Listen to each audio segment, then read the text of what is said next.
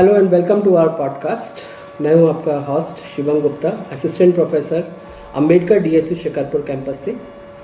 And जैसे कि आप सभी जानते हैं कि इंडिया इस बार प्रेसिडेंसी कर रहा है G20 समिट का।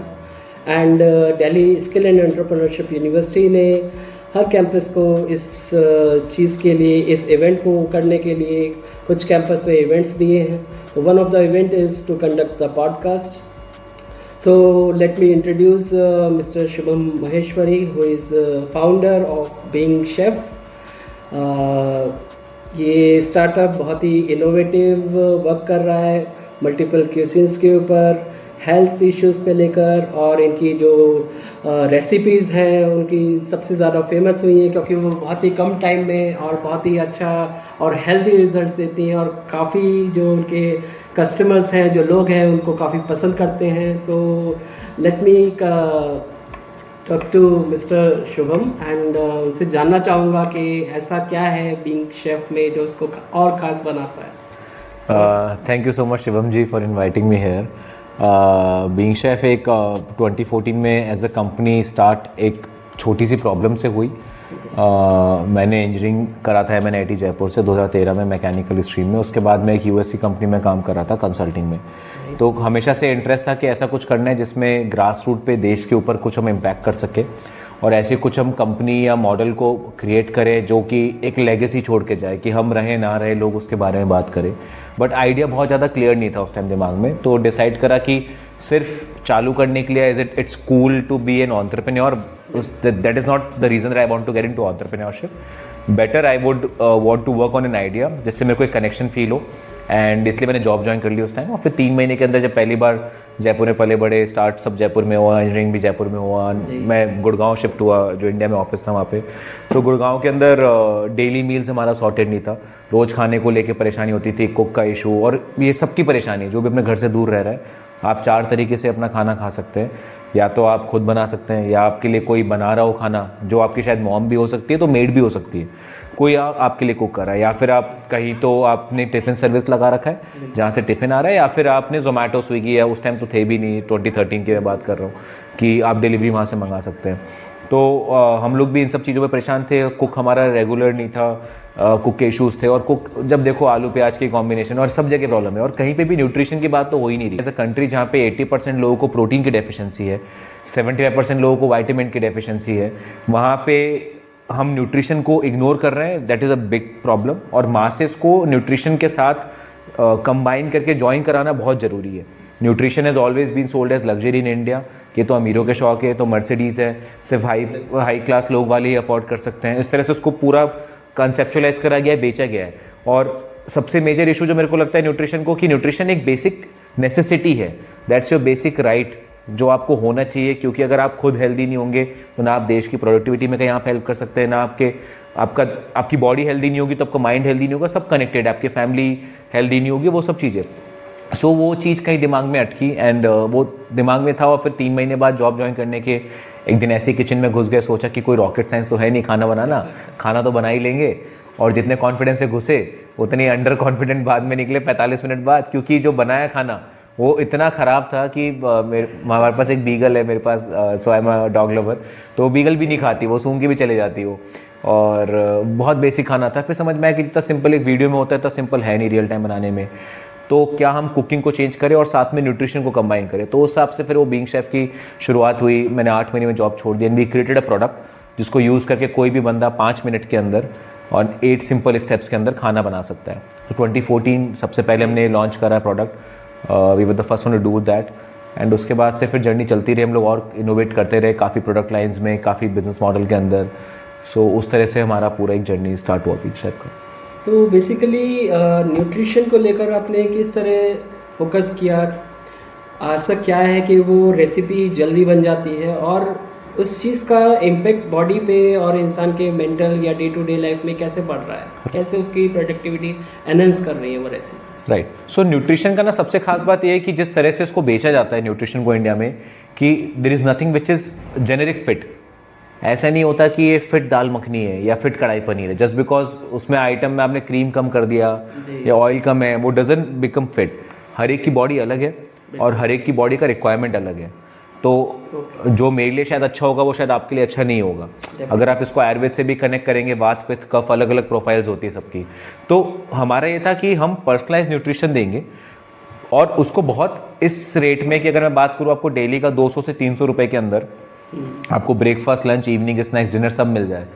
जिस रेट में आपको टिफिन नहीं मिलता नॉर्मल, उस रेट में, और कैसे हम प्रॉफिटेबली करें, तो वो चीज़ हमने थोड़ा सा सिस्टम क्रैक करा। तो हमारा ये है कि आपकी बॉडी एनालाइज करके हम आपको आपकी बॉडी के हिसाब से खाना देते हैं जो आपकी बॉडी गोल अचीव करने में हेल्प करता है। और उसमें बहुत सारे फीमेल्स को फोकस भी प्लान्स है जिनको हमेशा से इग्नोर करा गया है हमारे इकोसिस्टम के अंदर। फीमेल्स को फॉर ग्रांटेड ही लेते हैं। हमारे घर में खाना बन जाता है, हम खा लेते हैं, पर हमने शायद बहुत ही कम बार पूछा होगा मॉम से कि मॉम आपने कब खाना खाया, कब नहीं खाया, और फॉर ग्रांटेड ले लिया। अब सुबह शाम फीमेल्स ही इतने सारे काम कर रहे होते हैं पर उनके न्यूट्रिशन की कोई बात नहीं कर रहा, उनकी हेल्थ इश्यूज़ को लेके कोई बात नहीं कर रहा। तो वो सब चीज़ को इंकॉर्पोरेट करके तो न्यूट्रिशन को, और दूसरा हम लोगों ने जो हम ऑन डिमांड मील्स के अंदर भी हम जिसमें ऑपरेट कर रहे हैं, वहाँ पे भी हमने क्या करा है कि अब मैं दिल्ली में हूँ तो छोले भटूरे तो यहाँ का स्टेपल फूड है, लोगों को खाना ही है, तो मैं क्या उसमें कैसे हेल्थ कॉम्पोनेंट डाल दूँ या उसको मैं कितना कम अनहेल्दी बना दूँ। तो जो हम जिस चीज़ पे प्राइमरीली काम करा कि गिल्ट फ्री चीट मील्स, जो आपका चीट मील्स था छोले भटूरे बर्गर, उसको कैसे मैं कितना गिल्ट फ्री कर दूं कि जिससे कि बंदा वो खाते हुए भी उसको प्रॉब्लम ये ना हो कि उसको गिल्ट हो रहा हो कि मैंने बहुत अनहेल्दी खाया। तो कॉन्स्टेंट इनोवेशन है प्रोडक्ट के अंदर कि कैसे हम चीज़ों को इम्प्रूव कर सकते हैं, कैसे ग्रास रूट पे लोगों के लिए काम कर सकते हैं। तो that is what we have been working on. तो आप क्या कुछ अपनी स्टार्टअप की कुछ फेमस रेसिपी डिस्कस करना चाहेंगे जो कि लोगों को पसंद आई हो और उनकी हेल्थ और न्यूट्रिशन पे उस चीज़ का काफ़ी इम्पैक्ट पड़ा हो? कोई ऐसी चीज़ जो बहुत फेमस हुई हो और काफ़ी उसने कम ही टाइम में लोगों का दिल जीता हो, इस चीज़ में आप कुछ बता पाएंगे हमें? तो छोले भटूरे जो हमने इनोवेट करे वो तो सबका दिल जीता है, दिल्ली में हम बैठे हैं। बट अपार्ट फ्रॉम दैट हम लोग मिलेट्स के ऊपर बहुत काम कर रहे हैं। ओके। और which is a very good thing. Timing भी अभी उस तरह से ही है कि गवर्नमेंट को भी समझ में आया मिलेट की इंपॉर्टेंस, और ये इंटरनेशनली सब जने मिलेट्स के ऊपर बात कर रहे हैं। उसमें कार्बन फुटप्रिंट कम है, अब वाटर बहुत कम यूज़ होता है, तो आपका वाटर सेव बहुत होता है। और मिलेट्स हमेशा से हमारे इंडियन इकोसिस्टम में मिलेट्स ही था डाइट। जो लोग अमीर थे वो अफोर्ड कर पाते थे गेहूँ चावल, बट गांव में तो अभी भी आप देखेंगे तो ज्वार वगैरह इन्हीं के ऊपर मील्स हैं। और बट वो कमर्शलाइजेशन के ऊपर, ग्लोबलाइजेशन के ऊपर, प्राइवेटाइजेशन के ऊपर, वो जिस तरह से एक मूवमेंट बना कि जी सब जने अब गेहूँ उगाएंगे, सब जने चावल उगाएंगे, सब जने ये उगाएंगे, तो वो मतलब now we are going back to the basic roots, जिसकी वजह से इंडिया जाना जाता था, जिसकी वजह से इंडिया की हेल्थ की बात हुआ करती थी, जिसकी वजह से इंडिया की इम्यूनिटी की बात हुआ करती थी। तो हम मिलेट्स को कैसे यूथ में इनकॉर्पोरेट करें उनके लाइफस्टाइल में, और उनके दिमाग से वो हटा दें कि हेल्दी खाना बोरिंग होता है। हेल्दी खाना टेस्टी भी हो सकता है, हेल्दी खाना बहुत ज़्यादा इंटरेस्टिंग भी हो सकता है, इनोवेटिव भी हो सकता है, और हेल्दी खाना बहुत सस्ता भी हो सकता है। तो इन तीनों चीज़ों के ऊपर हम काम कर रहे हैं। बोरिंग नहीं है हेल्दी खाना, मतलब आपका टेस्टी भी है और बहुत सस्ता भी है। तो वो उसमें तो मिलेट्स के ऊपर हम लोग बहुत चीज़ें कर रहे हैं। तो मिलेट्स वाली ऐसी चीज़ है कि जो बहुत ही शायद कम लोग कर रहे हैं इंडिया में, तो उसकी वजह से हमको काफ़ी वो चीज़ लोग सराहते हैं हमारी, they appreciate that. So yeah that is one of the things that people really like about us. Okay, but जैसा कि हमने इंडिया में देखा है सबसे ज़्यादा कि जो फूड है, जो फूडी पीपल है, उनको बहुत ही ज़्यादा टेस्टी या फिर बहुत ही ज़्यादा चटपटा, अगर हम चाट की बात करें या जो ऑयल रिलेटेड चीज़ें होती हैं, तो उनका टेस्ट अगर हम चेंज करने की कोशिश करेंगे जो इतने सालों से बना हुआ है, जैसे ही हेल्दी वर्ड आता है या हेल्दी फूड माइंड में आता है, तो वो इंटरेस्ट अपने आप ही थोड़ा सा ट्रांसफॉर्म होने में थोड़ा समय लगता है। तो उस चीज़ को जो इतने सालों से बनी हुई है, उस चीज़ को लेकर अब कैसे उसको ग्राउंड लेवल पर लोगों की सोच को वो कर सकते हैं कि एक इंटरेस्टिंग फूड, एक हेल्दी फूड भी बन सकता है। तो उस चीज़ को लेकर आपका क्या विकल्प है? तो हमारी ना हमेशा से थ्योरी ऐसी रही कि हम किसी पे भी ना कुछ थोपते नहीं है। There are two ways of doing something. एक तो आप पुश करो कि मैं आपको बोलूँ कि जी आपको तो यही करना है, आपको तो यही चलाना है, या मैं आपको जो आप कर रहे हो वो तो मैं आपको देते रहूँ। मैं बोलूँ कि अच्छा आप ये मतलब आप एग्जांपल समझ लीजिए 5 रुपये का पेन यूज़ करते हैं और मेरे को एक 10 रुपये का या 7 रुपये का या 5 रुपये का कुछ अलग पेन है जो कि आपकी बहुत हेल्प कर सकता है, जो आपकी जिससे आपकी इंक नहीं फैले, जिससे जो लंबा चले, वो मेरे पास है। पर बिकॉज आपकी हैबिट एक 5 रुपये के पेन को यूज़ करने की है, तो मैं आपको ऑप्शन में दोनों दे रहा हूँ कि आप ये वाला भी यूज़ कर लो, ये भी यूज़ कर लो, सेम प्राइस में है। तो एक तो इंडिया का कंज्यूमर बहुत ज़्यादा प्राइस सेंसिटिव है, तो हम वो प्राइस वाला फैक्टर उसके डिसीजन मेकिंग में उसके रेजिस्टेंस को हटाने के लिए यूज़ कर रहे हैं कि ऐसा नहीं है कि वो ज़्यादा महंगा है इसलिए आप वो ना सोचो, तो महंगे का फैक्टर हटा दिया उसमें से, सेम प्राइस में है, आप 5 रुपये वाला पेन यूज़ कर रहे हो, सामने आपको दिखता रहेगा, कभी ना कभी तो आप ये ऑप्शन भी यूज़ करोगे, और जब इससे आप यूज़ करोगे और लिखोगे, जब आपको समझ में आएगा कि जब मैं एक्स्ट्रा पैसा नहीं दे रहा हूँ, मेरे को इसके बेनिफिट्स भी बहुत है, तो ऑटोमेटिकली आप वो ग्रेजुअली उसमें शिफ्ट हो जाओगे। जैसे एग्जांपल पिज़्ज़ा की हम बात करें तो पिज़्ज़ा हम नॉर्मल में भी देते हैं, थिन क्रस्ट के अंदर जो नॉर्मल हर जगह मिल रहा है, प्लस हम ब्लैक व्हीट के अंदर भी देते हैं, जो कि शायद हम ही दे रहे हैं और कोई नहीं दे रहा जितना मेरे को नॉलेज में है, ब्लैक व्हीट के ऊपर, which is high in nutritional value. So options वहीं सारे अवेलेबल है, ऐसा नहीं कि सिर्फ ब्लैक व्हीट ही मिलेगा, सिर्फ ऐसे ही मिलेगा, आपको जो कर रहे हैं उसको भी हम अपने रेसिपी से जितना हेल्दी बना सकें वो, प्लस साथ में जो हमारे इनोवेटिव ऑप्शन है दोनों हम साथ में रख के रखते हैं, that's how people will shift and that's how they will work. India में इफ़ यू वांट कि आपको पुश करना है तो आपको बहुत कैश बर्न करना पड़ेगा, और हमारा फिलॉसफी ऐसी है कि हम जो कंपनी बना रहे हैं it's working on unique model which combines profit, scale and impact.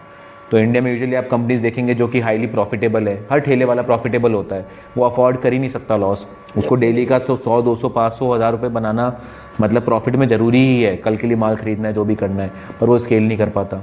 जो कंपनीज बहुत ज़्यादा स्केल कर चुकी हैं, बहुत ही कम है जो उसमें प्रॉफिटेबल है, जो स्टार्टअप इकोसिस्टम की बात करूँ, मैक्सिमम कैश बर्न कर रही हैं, और जो इम्पैक्ट पे काम कर रही कंपनीज यूजुअली वो NGOs होती हैं, ग्रांट के ऊपर काम कर रही हैं। तो क्या हम तीनों को एक मॉडल में कंबाइन कर सकते थे, ये हमने चैलेंज उठाया और वो हमने बिल्ड करा। तो उस तरह से कुछ थोड़ा बहुत मॉडल में चलता रहता है, ऐसे कुछ चीज़ें बिल्ड करते रहते हैं। तो आपका आने वाले इस इनिशिएट को लेकर इसको आगे फर्दर क्या प्लान्स हैं कि आप इंडिया के अलावा इसको इंडिया में किस तरह आप एक्सप्लोर करना चाहेंगे, और आपके फर्दर प्लान्स क्या हैं इस चीज़ को लेकर? सो हम लोग काफ़ी कुछ इनोवेशन कर रहे हैं स्टैंडर्डाइजेशन के ऊपर, कि फूड के अंदर जो सबसे मेजर एक इशू है स्टैंडर्डाइजेशन का, आप चाहे कितने प्रोसेस कितने भी SOPs बना दो, स्टैंडर्डाइजेशन नहीं हो पाता। तो उसको हम कैसे इशू को सॉल्व करें, हम ऑटोमेशन पे बहुत कुछ काम कर रहे हैं, हम टेक्नोलॉजी पे बहुत हैवी इन्वेस्टेड है कि हम टेक्नोलॉजी के हेल्प के थ्रू कैसे प्रोसेसेस को स्ट्रीमलाइन करें और उसको ऑप्टिमाइज़ बनाएं, क्योंकि अगर मेरे को लो कॉस्ट में प्रॉफिटेबली सामान देना है तो there has to be a very major technology role play in that. तो वो चीज़ है। और दूसरा जहाँ तक एक्सपेंशन की बात है, हम लोग इंडिया में तो उसको एक्सपेंड कर ही रहे, Tier 1 Tier 2 सिटीज़ में साइमल्टेनियसली, और उसके बाद हम लोग इंटरनेशनली भी एक्सपेंशन पे जाएंगे। हम we have got lot of interest from multiple countries across all the continents, कि जहाँ पे मील किट का इंक्लूजन और उसके अलावा जो हमारे बाकी मॉडल्स हैं उन सबका इंक्लूजन, तो उन सब चीज़ों पर साइमल्टेनियसली पैरेलली काम कर रहे हैं। But we are in no hurry. हम यहाँ पे ऐसा नहीं है कि हमें 2 साल में $1 बिलियन या 2 वो करनी है, हमें सस्टेनेबल तरीके से वो बनाना है। हमें ग्रोथ स्टोरी ऐसी बनानी जो सस्टेनेबल हो, जो कि लॉन्ग लास्टिंग हो, ऐसे नहीं हो कि सिर्फ फंडिंग के बेसिस पे कंपनी चलते रहे। तो वो हर एस्पेक्ट्स को हम ध्यान में रखते रखते उसी के हिसाब से क्लोज करते हुए उसको, और काफ़ी अब तो हम काफ़ी एक्सपोनेंशियल रेट पे ग्रो कर रहे हैं, 100% मंथ ऑन मंथ रेट से ग्रो कर रहे हैं।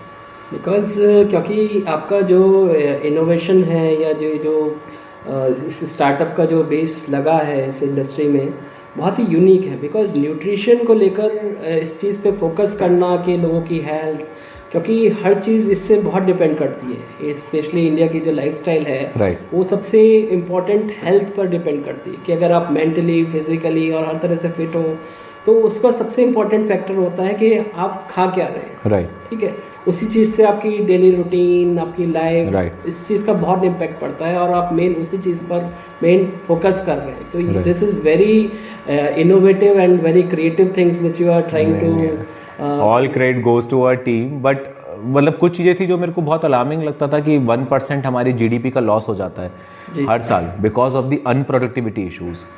तो 1% GDP का लूज करना is a big thing. Apart from that 15% लोग रोज रात को भूखे सोते हैं इंडिया में, और तब भी हम जैसे लोग जो घर से दूर रह रहे हैं, या फिर जो हमारा मेजर टारगेट ग्रुप है वो 22 से लेके 35 साल तक के लोग, जो कि मिलेनियल्स की बात करते हैं, जो कि 65% ऑफ पॉपुलेशन भी कंप्राइज करता है इंडिया के under 30।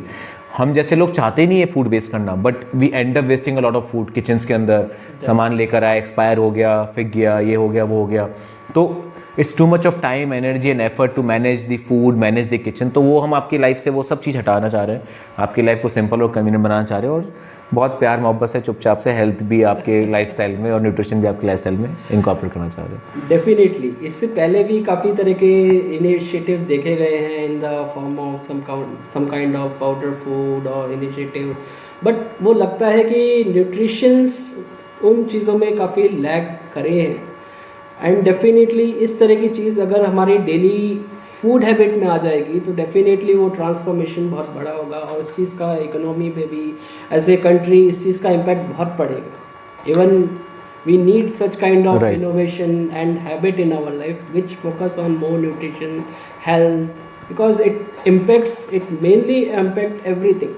Right. So GDP. And gradually we have to move from this ideology कि हम 2-2 रुपए बचाने वाली आइडियोलॉजी से हमें ऊपर बढ़ना पड़ेगा, क्योंकि आज मैं 2 रुपए बचा रहा हूँ पर मेरे आज 2 रुपए बचाने से कल को मेरा 2,000 रुपए का लॉस हो रहा है, तो इट्स ऑफ नो यूज़. तो इमीडिएट 2 रुपए बचना वो दिखता है. एग्जाम्पल लोग बाग हम जैसे बाहर भी स्ट्रीट फूड खाते हैं, सब खाते हैं, तो अब ट्रांस फैटी एसिड बहुत ज़्यादा होता है. रीयूज ऑयल यूज़ करना ही नहीं चाहिए हमें. रीयूज ऑयल चल रहा है, तो हम रेस्टोरेंट्स, कैफ़े, जो भी लोग F&B में, उनको भी बहुत रिस्पॉन्सिबल होना पड़ेगा कि किसी तरह से वो ऑयल, मैंने देखा है बहुत सारे जने वो ऑयल बेच देते हैं जो उनका रीयूज होता है. खुद भी काफ़ी बार वो होने के बाद पूरा काला तेल फिर वो बेच देते हैं. वो वेंडर्स को आके कुछ जने कहते हैं कि हम उसको यूज़ करेंगे, पर काफ़ी लोग उनको सीधा स्ट्रीट वेंडर्स को बेच देते हैं. तो वहाँ पे आप 2 रुपए बचाने के चक्कर में किसी और के आप ट्रांस फैटी एसिड बढ़ा रहे हैं. और गवर्नमेंट तो बहुत बुलिश भी है कि हमको ट्रांस फैटी एसिड 2% से कम लेकर आना है. तो हम कौन सा कच्ची घनी ऑयल यूज़ करें, प्रोसेस ऑयल ना यूज़ करें, ये सब बहुत बेसिक चीज़ें जिसके थ्रू हम वैसे भी हमारी लाइफस्टाइल को बहुत अलग लेवल पे बदल सकते हैं. कोलेस्ट्रॉल कंट्रोल हो जाएगा, सब हो जाएगा. पर एज एन नेशन भी हमें समझना जरूरी है. और सब जने जितने भी इकोसिस्टम के जो भी लोग रिस्पॉन्सिबल है, चाहे वो फूड ब्रांड के ओनर्स हो गए या फिर जो कंज्यूमर्स हो गए, दोनों को भी अवेयर होना ज़रूरी है. तो वो आई थिंक बेसिक कुछ चीज़ें भी सॉर्ट कर देंगे तो काफ़ी कुछ हमारे को पुश मिल जाएगा, क्योंकि ऑयल और ये सब चीज़ों का तो बहुत मेजर रोल रहता ही है आपके कोलेस्ट्रॉल से लेके सारे पैरामीटर्स डिसाइड करने में. से डेफिनेटली, क्योंकि इन्हीं तरह की बैड फूड हैबिट्स की वजह से ही कई तरह की हेल्थ इश्यूज हो जाते हैं. इतनी यंग एज में ही आजकल जो हमारा यूथ है वो इन्हीं चीज़ों से अट्रैक्ट हो रहा है और इतनी अर्ली एज में कई तरह की बीमारियां हो रही हैं, डायबिटीज़ हो रही हैं, जो कि बहुत रेयर केसेस में होती थी पहले. Right. क्योंकि हम सब ने जो सबसे ज़्यादा एक नेगेटिव काम किया है समय के रहते हुए, वो है हमने अपनी जो ट्रेडिशनल फूड हैबिट्स होती थी, Right. जो ग्राउंड लेवल पर हमारे पहले के जो बाजरा होता था, वेट होता था, इन सब चीज़ों को छोड़कर जो हमने अपना ये थोड़ा सा लिविंग स्टाइल और फूड स्टाइल Right. चेंज किया, उससे सारी जनरेशन सफ़र कर रही है, specially the young generation. Right. But देखा जा रहा है कि धीरे धीरे लोगों को अब थोड़ा सा समझ में आने लगा है, अपने right. हेल्थ के लिए अवेयर होने लगे हैं. वो वापस उसी फूड को अब चूज करने की कोशिश Right. कर रहे हैं. They are Right. Going again back to bajra, Right. wheat, all these kind of Right. things. So this is definitely a great innovation Right. in the market, जो आप कोशिश कर रहे हैं कि न्यूट्रिशन और हेल्थ को प्रायोरिटी दें, क्योंकि ये बहुत ही बड़ा ही फैक्टर है एक देश की इकोनॉमी के लिए, इंडिया Right. के लिए. So definitely. तो आप मैं जानना चाहूँगा कि हमारे यूथ को और क्या आपकी इंस्पिरेशनल जर्नी से वो क्या और सीख सकते हैं और उनके लिए आपका क्या मैसेज है? मैसेज सिंपल है. अगर हम फूड के पर्सपेक्टिव में बात करें तो हम सबको हमारी फिटनेस को लेके अवेयर होना ज़रूरी है. सिर्फ जिम जाने से, एक्सरसाइज करने से फिट नहीं हो जाता इंसान. 70% of the role is being played by food. खाना बहुत ज़रूरी है. 30% ही एक्सरसाइज का है. तो एक्सरसाइज करते करते साथ में आपको अपने मील्स के ऊपर ध्यान देना ज़रूरी है. अगर एक नेशन फिट नहीं होगा तो नेशन कभी आगे नहीं बढ़ सकता. और जैसे I don't want to point out any nation, but जिन डेवलप कंट्रीज़ में जिन्होंने अपनी फिटनेस पे ध्यान नहीं दिया, वो सब में कहीं ना कहीं वो डाउनफॉल आ ही रहे हैं. लोगों के इंटरेस्ट कितना है कि वो अपने प्रोडक्टिविटी कितने हैं काम के अंदर, कितने घंटे वो अच्छे से काम कर पा रहे हैं, नहीं कर पा रहे हैं, वो सब लेथार्जिकनेस वगैरह, देयर आर मल्टीपल थिंग्स.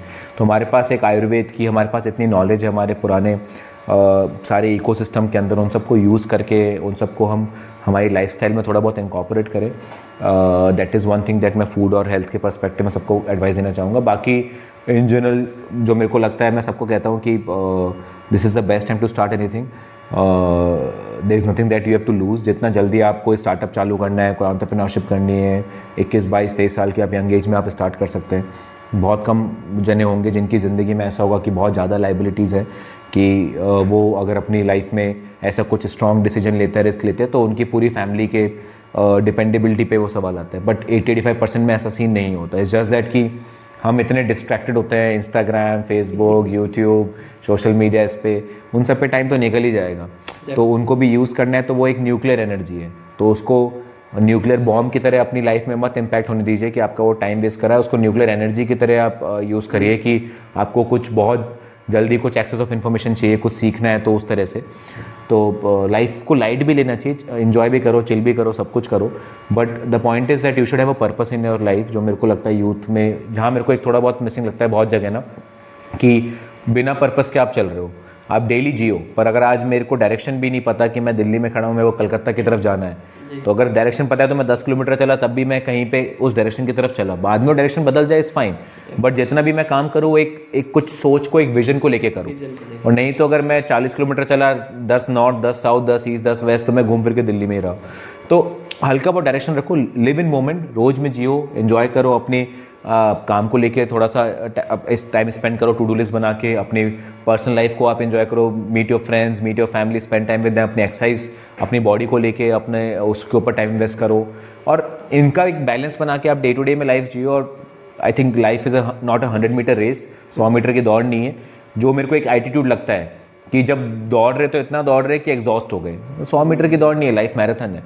आप बैलेंस बना के कंटिन्यूस आप चलते रहोगे, having a vision in your mind, तो कहीं ना कहीं कुछ ना कुछ आप फिगर आउट कर ही लोगे। एंड परेशानी सबके लाइफ में आती है, चीज़ें फिगर आउट हो जाती है। अगर थक जाओ तो मतलब आप क्विट मत करो, थोड़ा रेस्ट कर लो, but be in the game. If you have to win the game, you have to be in the game, as simple as that. तो कंसिस्टेंसी लाइफ में हर फील्ड में ज़रूरी, परसिस्टेंस बहुत ज़रूरी है। Right. तो आपकी इस जर्नी में क्या क्या चैलेंजेस रहे जब आपने एक इंजीनियरिंग लाइफ से, फिर मैं जहाँ तक आपका प्रोफाइल जानता हूँ कंसल्टेंसी में रहे, फिर कंसल्टेंसी से आप हॉस्पिटैलिटी में आए, राइट। तो क्या क्या चैलेंजेस और एक्सपीरियंस रहे, क्या क्या आपने इस ड्यूरेशन में चैलेंजेस फेस करे हैं लाइफ में और उनको कैसे ओवरकम किया? सबसे पहला चैलेंज तो ये था, मैं इंजीनियरिंग के बाद जब कंसल्टिंग में गया, तो कंसल्टिंग तो काफ़ी इंटरेस्टिंग जॉब प्रोफाइल होती है। आपको बहुत सारे अलग अलग किस्म की प्रॉब्लम्स दे दी जाती है, और फिर आपको अपना दिमाग लगा के, अपना थॉट प्रोसेस लगा के, you need to figure out solutions की, and then you propose the solution. And it's really interesting to see कि आप जो प्रपोज कर रहे हो उससे रियल टाइम पे क्या इम्पैक्ट हो रहा है, किसी कंपनी के नंबर्स थोड़े से चेंज हुए हैं। जैसे I was primary to sales and marketing strategies, तो कैसे आप फार्मास्यूटिकल कंपनीज के लिए उसमें आप कैसे उनको पुश कर सकते हैं, कैसे नंबर्स, तो वो काफ़ी इंटरेस्टिंग था फील्ड। बट जब उसके बाद जब मैं एंटरप्रेन्योरशिप में, F&B सेक्टर में, मेरे को कुछ भी आइडिया नहीं था, कुछ भी मेरे को कुकिंग तो आता ही था, जब भी तो एक कॉन्सेप्ट निकला, तो मेरे को आइडिया नहीं था। But I think that help me a lot, it was kind of a blessing in disguise, क्योंकि मैंने कभी ऐसे नहीं सोचा कि यार ये तो ऐसे ही हो सकता है, ये तो ऐसे ही होगा। हमेशा सोचा लॉजिकल पर्सपेक्टिव से थोड़ा सा। तो शुरू में जब हम प्रोडक्ट बिल्ड कर रहे थे, नो वन बिलीव्ड कि ऐसा कुछ हम बना सकते हैं कि एक 8 साल का बच्चा भी 5 मिनट में खाना बना सकता है using that one single kit. तो no one believed in this. But वो ये कि 3 महीने तक हम लोगों ने 3 बीटा वर्जन करके वो प्रोडक्ट लॉन्च करा, जिसके और उसके बाद फिर पूरी दुनिया बिलीव करने लगी। तो and that's how universe work. जब आप कुछ नया कर रहे हो तो सब जने आके बोलेंगे जी इसमें ये परेशानी ये है, ये नहीं हो सकता। जब आप कर रहे हो सब आके बोलेंगे अरे हमें तो पता ही था कि ये तो हो ही जाना था, तुम में कुछ बात अलग ही थी, and all of those things. तो मतलब वो ये कि वो सब चैलेंजेस रहे शुरू में। एंड मैंने बहुत यंग एज में स्टार्ट किया था, जब मैं 22 साल का था, 22 और 23 के बीच में था। तो उस टाइम पे भी ओवरऑल काफ़ी लोग आपको सीरियस नहीं लेते, स्टार्ट कर रहे हो वेंडर से लेके वो सब।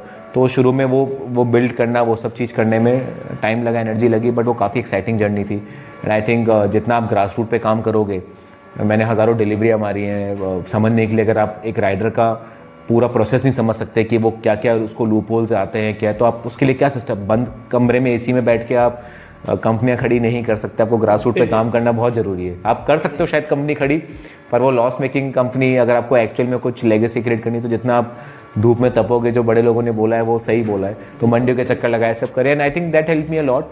एंड पूरी जर्नी काफ़ी एक्साइटिंग रही। अप्स एंड डाउन्स तो एक स्टार्टअप में आते ही रहते हैं, which is part and parcel of life. But जब आप इस चीज़ को एक्सेप्ट कर लेते हो, अगर आपको यही लाइफ पसंद है कि डेली का एक्साइटमेंट, कोई मोनोटोनस बिहेवियर नहीं है, इट्स वेरी अनप्रेडिक्टेबल, तो मेरा तो इनहेरेंट नेचर थोड़ा वैसे ही है। एंड जैसे मैं काफ़ी ट्रिप्स से भी जाता हूँ, बैकपैक भी करता हूँ, सब करता हूँ, तो रिस्क लेते रहते हैं कि कितना मैक्सिमम रिस्क ले सकते हैं। कहीं -15 डिग्री सेल्सियस में फंस गए तो रात कैसे निकालेंगे, और निकाल ली तो फिर सुबह लगता है कि यार अब इससे जिंदा बच गए, तो कहीं परेशानी आएगी तो सॉल्व तो कर ही लेंगे। तो I think that's how, I mean खुद ही को खुद आप मोटिवेट करते रहो, self motivate and all those things. So that's how it works usually. Okay, तो काफ़ी इंटरेस्टिंग एक्सपीरियंस और इंस्पिरेशनल जर्नी हमने देखी शुभम जी की। और let me thank him for his precious time जो उन्होंने दिया हमारे यूथ के लिए अपने बिजी शेड्यूल से। तो ये काफ़ी अच्छा और इनोवेटिव अप्रोच लगा। डेफिनेटली ये एक बहुत ही बड़ा चैलेंज रहेगा, अभी भी है, कि एक फूड और लाइफ स्टाइल को एक तरह से ट्रांसफॉर्म करना धीरे धीरे, क्योंकि हम जिस लाइफ स्टाइल से जो पहले थे, जो अभी में है, और उसको दोबारा से उसी फॉर्म में लाना, ताकि हमारी हेल्थ, हमारा न्यूट्रिशन, हमारी लाइफ में बैलेंस आ सके। तो ये एक बहुत बड़ा, एक तरह से मैं मान के चलूँगा कि बहुत बड़ा इनोवेशन है, इनोवेटिव स्टेप है जो कि शुभम जी ने लिया है, and I am really thankful for his precious time. Thank you so much, thank you so much.